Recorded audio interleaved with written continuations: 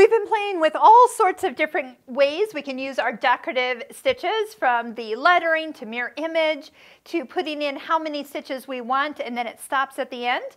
So the next one we're going to talk about is elongation. So being able to take a pattern and actually making it twice as long. Now this isn't just about making the stitch length longer.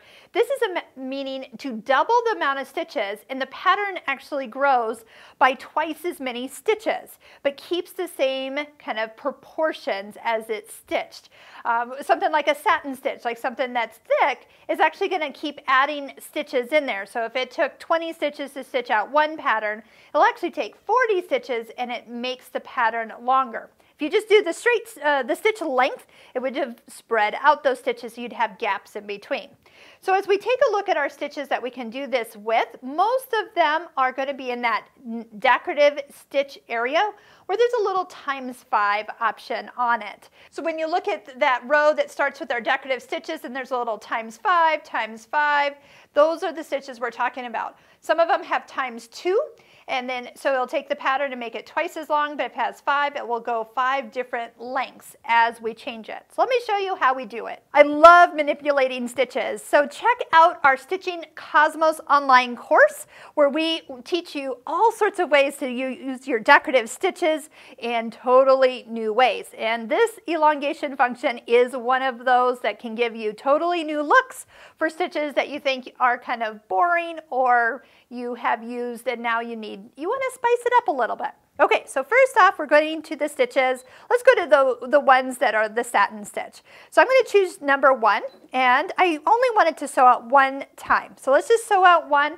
I've got the foot control unattached from the machine, so I'm just going to sew one and stop. I'm using the start stop button. I have stabilizer behind my fabric. So it just sewed us one repeat so we can kind of see what it will look like. Okay, so before I show you the difference, you're going to come back. You need to highlight the stitch, so arrow back to that stitch, and then you can see the little ×1 option. So when you're here, touch edit, and then you can come to the arrow below the ×1 and go ×2. Let's just sew another one of those. Let's see here, we'll go back out. So now I'll do it ×2. So pretty much it's going to take twice as long to stitch out this stitch because it's going to be that much longer.